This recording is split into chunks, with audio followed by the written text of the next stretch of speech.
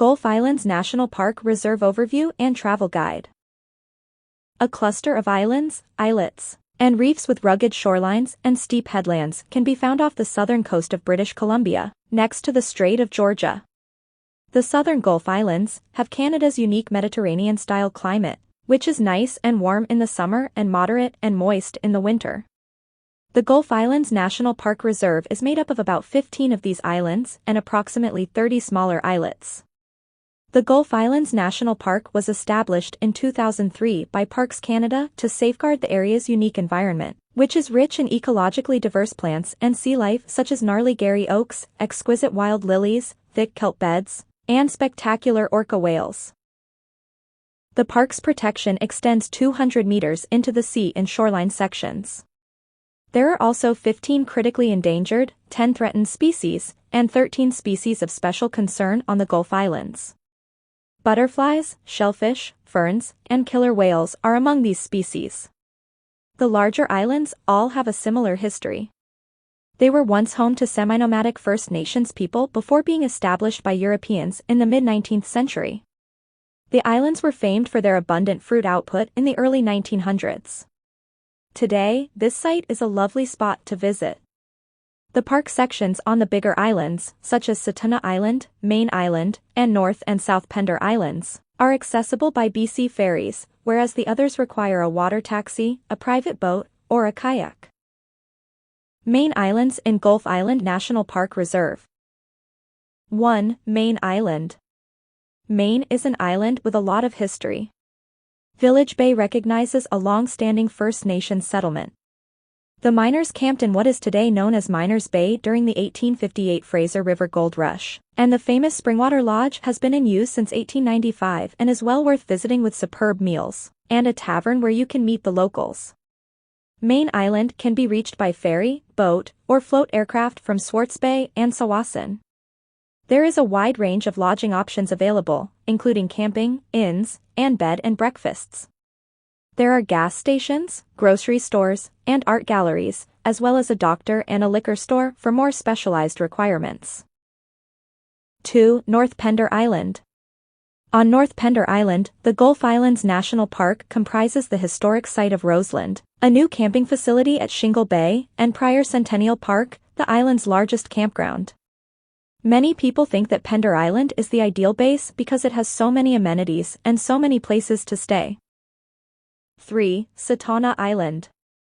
Setuna Island and the nearby areas are lucky to have several sections protected by the Gulf Islands National Park, which covers approximately half of the island.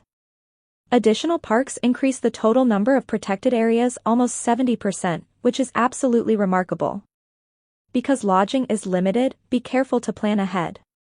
There are bed and breakfast and lodges available, with the only camping being offshore at Narvaez Bay or Cabbage Island. 4. South Pender Island. The primary business sector is Poets Cove Resort and Marina on South Pender Island, which is by far the quieter of the two. Small bays and dramatic headlands abound on the island, making it ideal for kayaking and sailing. Within the Gulf Islands National Park, the island is divided into 3 sections. Mount Norman, with its trail to an observation platform at the summit, towering over the surrounding landscape.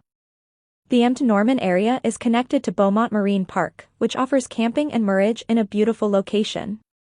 Greenburn Lake is a beautiful climb above Poets Cove Resort that is well worth the time and effort.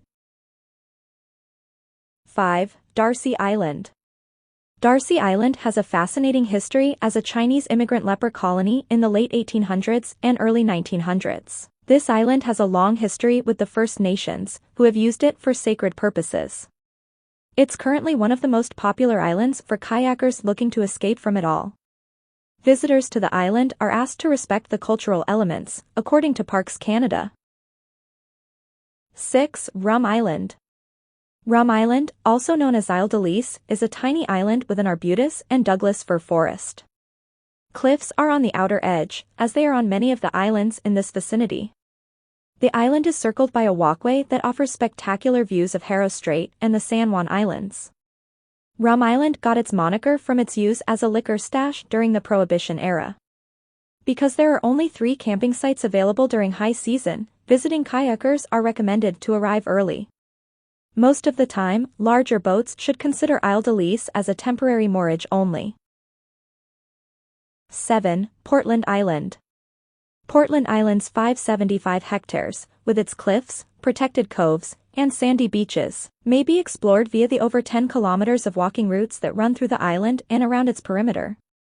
Yellow-flowering cactus, arbutus and Garry oaks, mink, river otters, bald eagles, and many other species of plant and fauna can be seen. Due to grazing by feral sheep and the island's indigenous black-tailed deer, the underbrush is scant, but this is rapidly changing. 8. Russell Island. Russell Island on Salt Spring Island is a small island with a long history. It is located near the entrance to Fulford Harbor. Russell Island is an ideal anchorage for boaters. Hawaiians first arrived on Russell Island in 1886. The historic Kanaka House is still standing and may be located on a side route off the primary loop trail that winds around the island, on the northeast side. There is also an antique water tower and a shed.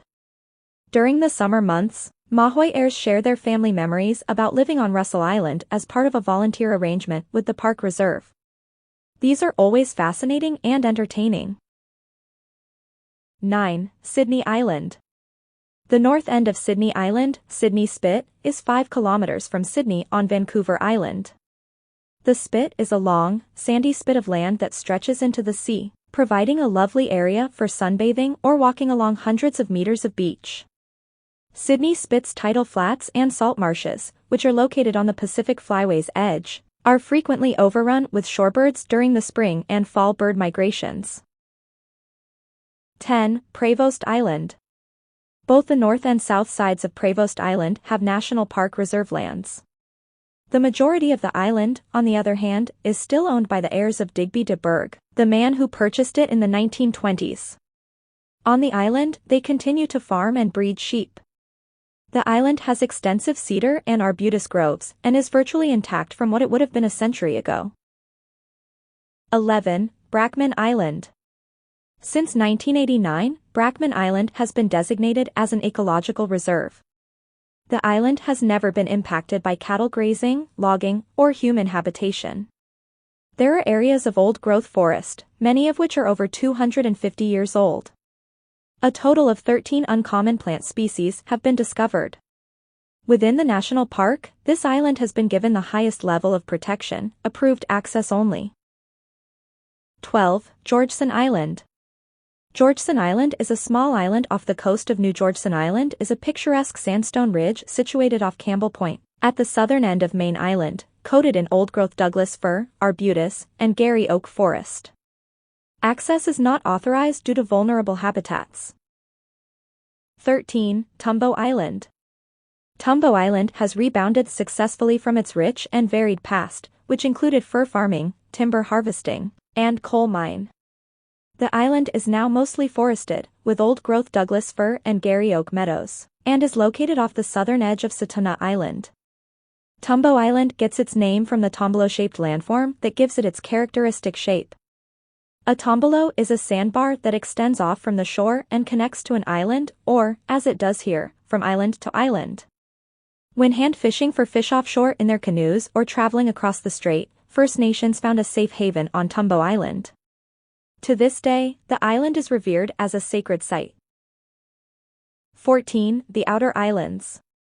The Outer Islands, which face the open waters of the Strait of Georgia, are the last line of defense against the metropolitan metropolis of mainland British Columbia, which lies across the waters to the north. The Outer Islands are a tranquil contrast, so close to and yet so far from the craziness of modern life, facing the silhouettes of skyscrapers by day and the brilliant lights of a huge city at night. For individuals who sail the seas of the inland Salish Sea, these islands have long been significant. They were used as a launching area by First Nations before heading out into open water to the Fraser River.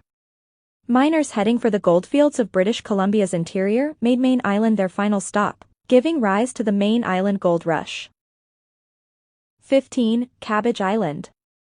Cabbage Island, a 4.5-hectare island famous for its sandy coastline and beautiful views, is cradled by Tumbo Island's east side.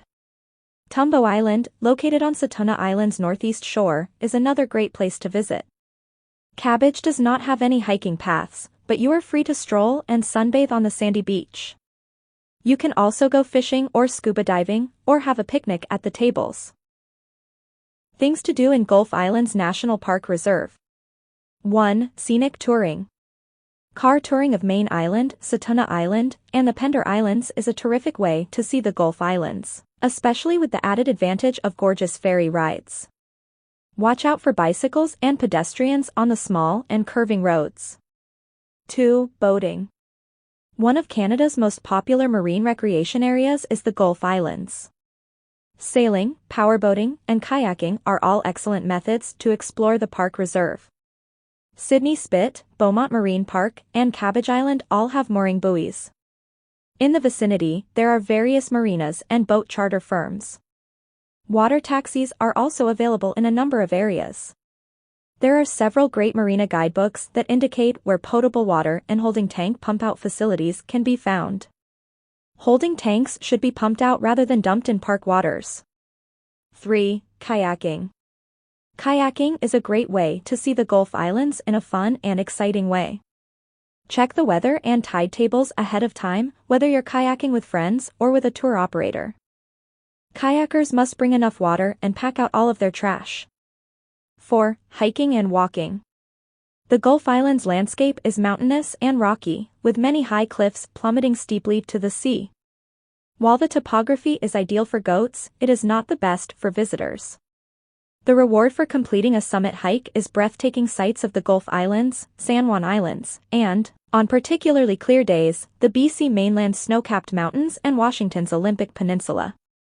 5. Cycling. Main Island, Satuna Island, and the Pender Islands' tiny winding and mountainous roads entice many bikers, offering tough but delightful cycling and a slower-paced introduction to the Gulf Islands. Because there are no bike paths or concrete shoulders on certain routes, riders must be extra cautious. 6. Camping. Prior Centennial Park Campground on North Pender Island and McDonald Park Campground on Vancouver Island, near the Swartz Bay Ferry Station, both include drive-in campsites. Cabbage, Portland, Darcy, Rum, Sydney, and Prevost Islands, as well as Beaumont Marine Park on South Pender Island, include campgrounds that are easily accessible by boat or kayak. Hiking in from Ainsley Point Road is another way to get to Beaumont. Camping is only permitted in approved places, not on park islets. 7. Picnicking. Try Winter Cove on Satuna Island, Sydney Spit on Sydney Island, or Roseland on North Pender Island for a fantastic picnic spot. Lastly, fishing. There are many nutrients in the water to lure marine life because of the force of the tidal currents pouring over active pass, from Main Island and Galiano Island. Salmon spawn in these waters, though the giant Chinook have all but vanished in recent years.